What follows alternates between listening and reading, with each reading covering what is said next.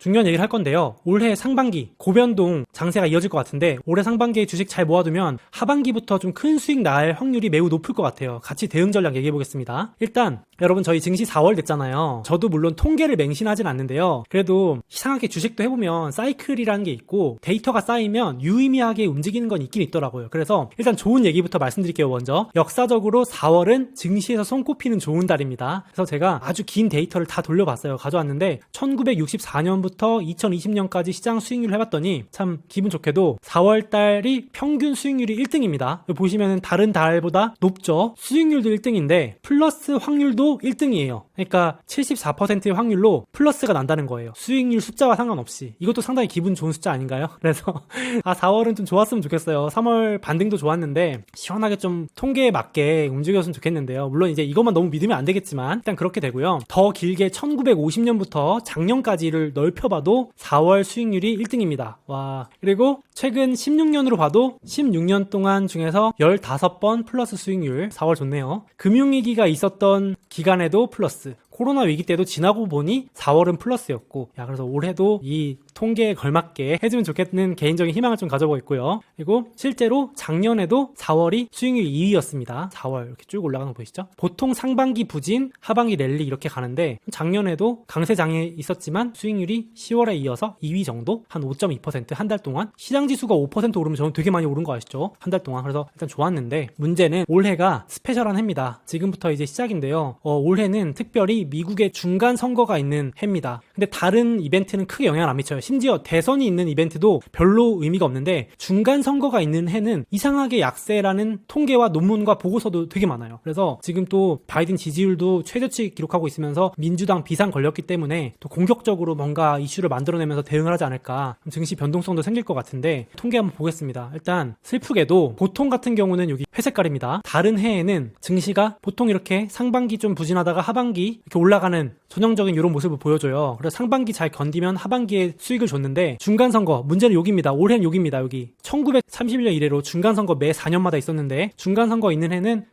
상반기를 넘어서 한 3분기까지도 부진해요. 이게 수익률이 마이너스 막 플러스 왔다 갔다 하면서 막 엄청 지지부진합니다. 그러다가 기가 막히게 10월부터 반등 시작해서 11월 8일, 올해도 11월 8일 중간선거가 있습니다. 그때 이후로 쫙 갑니다.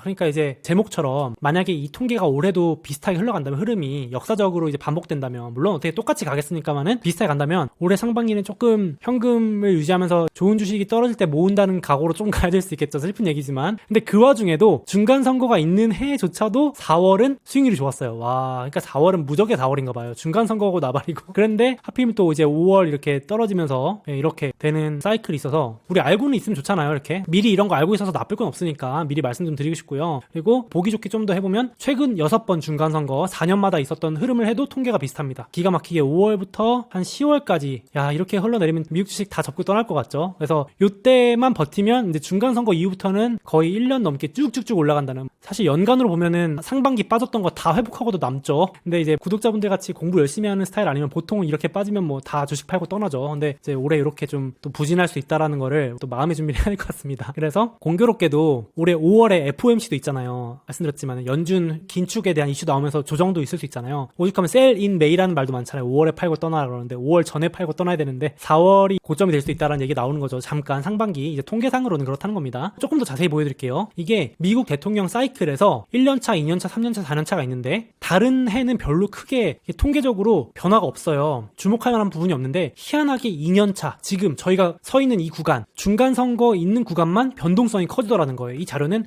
변동성에 대한 얘기인데 그것만 견디면 3분기까지만 견디면 10월부터 쭉 올라가지고 이제 변동성 줄어들면서 랠리를 쭉 한다는 거예요. 그래서 올해 상반기부터 여름 기간 동안 조금 변동성이 있을 수 있다 하면서 말씀드렸지만은 중간선거 직전까지 수익률이 최악이다가 중간선거 이후부터 수익률이 완전 역대급, 대통령 임기 사이클에서 가장 좋은 수익률이 2년차 후반부부터 3년차까지랍니다. 중간선거 이후부터 딱 그 1년 정도의 사이클. 그래서 공교롭게도 여러분 제가 말씀드리고 싶은 게 이게 우연의 일치인지 모르겠는데 이렇게 되면은 지금 내년 하반기까지의 저희 대응 전략이 나와요. 다른 영상에서 장단기 금리차 전략도 얘기해 드릴 건데 일단 그럼 이렇게 하면 되죠. 만약에 이 통계가 이번에도 반복된다면은 좀 현금 비중 유지하면서 올해는 좀 보수적으로 고변동이니까 너무 욕심내기보다는 이제 중간선거 전에 주가가 막 빠지면서 고변동 나온다. 그러면 좋은 주식들 쌀 때 사서 오를 때 조금 파는 전략으로 좀 단타까지는 아닌데 그래도 그럴 수 있다라는 마음가짐으로 무작정 장기 투자보다는 물론 장기 투자 당연히 좋은데 근데 변동성이 클 수 있다라는 걸 염두에 두고 대응하면 훨씬 낫잖아요. 그래서 상반기 변동성 클 수 있다라는 걸 해야 되는데 마침 이 통계를 떠나서 올해 상반기에 긴축 이슈도 몰려 있어요. 보여드릴게요. 올해 시장에서 가장 우려하는 구간이 이제 3월 지났고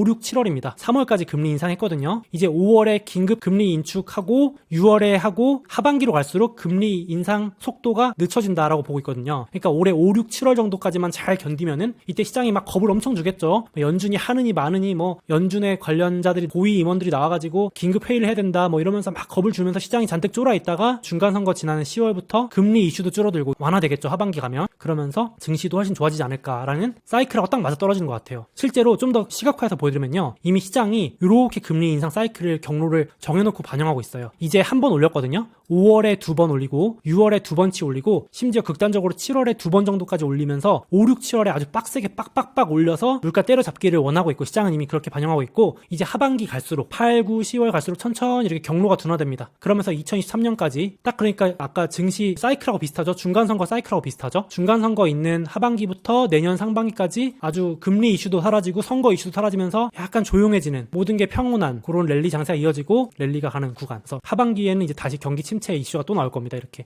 경기 실제 사이클상 그렇거든요. 제가 뭐 막 맞추고자 하는 게 아니고 시장에서 반영해 놓은 게 그렇습니다. 금리 경로가. 그래서 마침 그러면 상반기 때 좀 줍줍 해놓고 같이 저희가 좀 기분은 안 좋지만 떨어질 때 좀 주식 사고 중간 선거 후에 강세장 랠리 2022년 10월부터 쭉 올라갈 거 예상하고 상반기까지 쭉 즐기다가 이제 그 이후에 대응하면 되겠는데 일단 그렇게 그 시나리오로 일단 1년 정도 시나리오가 나오는 거죠. 앞으로 1년 반 정도 시나리오가. 대응 전략은 그렇습니다. 이건 바뀔 수 있는 거니까요. 그림은 그렇다 얘기해보고 그래서 실제로 다시 그래프를 보여드리면 2022년 4분기 올해 10월부터 수익률이 좋고 내년 상반기까지 대통령 임기 4년 사이클 동안 가장 좋은 수익률이 우리 앞에 놓여 있습니다. 그래서 요거 놓치면 아깝겠죠. 역사가 말해주고 있는데 만약에 중간 선거 이제 끝나고의 랠리 한번 기대해 볼 만한데 반대로 말하면 상반기는 좀 견뎌낼 수 있다. 보시면 역사적으로 조금 올해 상반기가 안 좋았습니다. 그렇죠? 2022년 1분기, 2분기, 3분기 이렇게 되는데요. 근데 하필 또 신냉전하고 딱 우연의 일치인지 모르겠는데 맞아 떨어지고 있어요. 지금까지는 분위기상. 그리고 재밌는 게 실제로 중간 선거 직후부터 딱 1년 수익률을 체크해 봤더니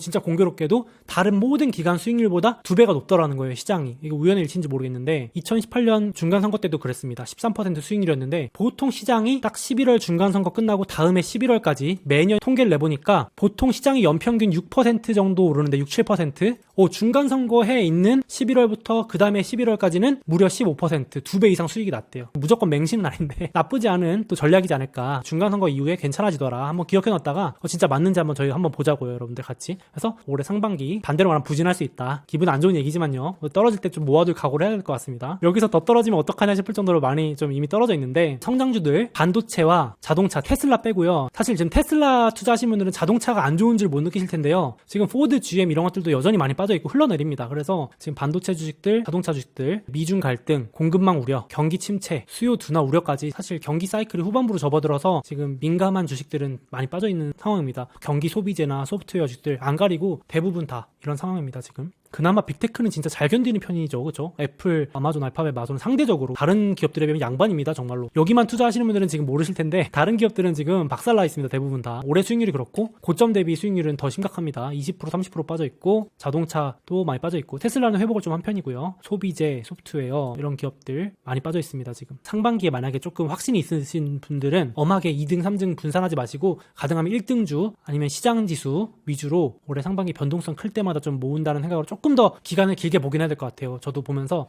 그래 좀 마음의 준비를 해야겠다. 지금 러시아 우크라이나 전쟁 끝나도 제가 봤을 때는 계속 신냉전이 이어질 겁니다. 그러면은 러시아가 5월에 지금 전쟁 끝난다는 얘기 나오거든요. 그거 끝나면 또 중국하고 싸울걸요. 이제 미중 갈등 이제 일어날걸요. 벌써 히토류 이런 기업들 주가 올라가는 거 보니까 으르렁거리면서 이런 전쟁이 안 끝날 것 같습니다. 신냉전. 그래서 부정적으로 말하고자 하는 게 아니고 좀 그래서 상반기 고변동 예상해야 될 것 같다. 이렇게 같이 보시면 좋을 것 같고 그러면서 지금 최근 들어서 인플레 관련 주식들이 계속 오르고 있습니다. 세상에 이거 보시면은 뭐 초록초록합니다. 잘 안 떨어지죠, 그죠? 이번 주에 금광주도 신고가를 찍었고요. 에너지 주식도 그렇고 에그플레이션, 비료, 종자, 농기계 관련 주식들, 그런 주식들 강세를 보이고 있습니다. 철강, 구리, 니켈, 각종 원자재 관련주들. 러시아 우크라이나 침공 끝나도 이게 잘 해소되지 않는 본질적인 문제가 될 수 있어서 조금 이것도 한두 개 정도 마음에 드는 분야를 편입하시는 것도 괜찮을 것 같아요. 그렇게 되고 저는 이제 일부 10%에서 15% 정도 배당주를 투자해놓는데 올해 배당주도 좋아요. 이제 경기 사이클 후반부 들어가고 있기 때문에 방어주나 배당주 관점에서 그렇게 재미없던 리츠들도 조금씩 오르고 있고요. 완전 고배당주 노잼이었거든요. 그쵸? 같이 해보신 분들 아실 텐데 2020, 2021 진짜 노잼이었는데 요즘은 좀 효자 노릇도 해줄 정도로 많이 오르고 있습니다. 그리고 이제 담배 주식도 야금야금 코카콜라, 펩시도 그렇고 월마트 이런 주식도 있고 부동산 임대 리츠, 배당 따박따박 주는 주식들도 사람들이 이제 신냉전 이런 걸로 인해서 방어주로 이제 사람들이 돈을 넣어놓는 거죠. 현금 넣어놓긴 좀 그러니까 헬스케어 이런 게 전형적인 방어주거든요. 그렇죠? 배당주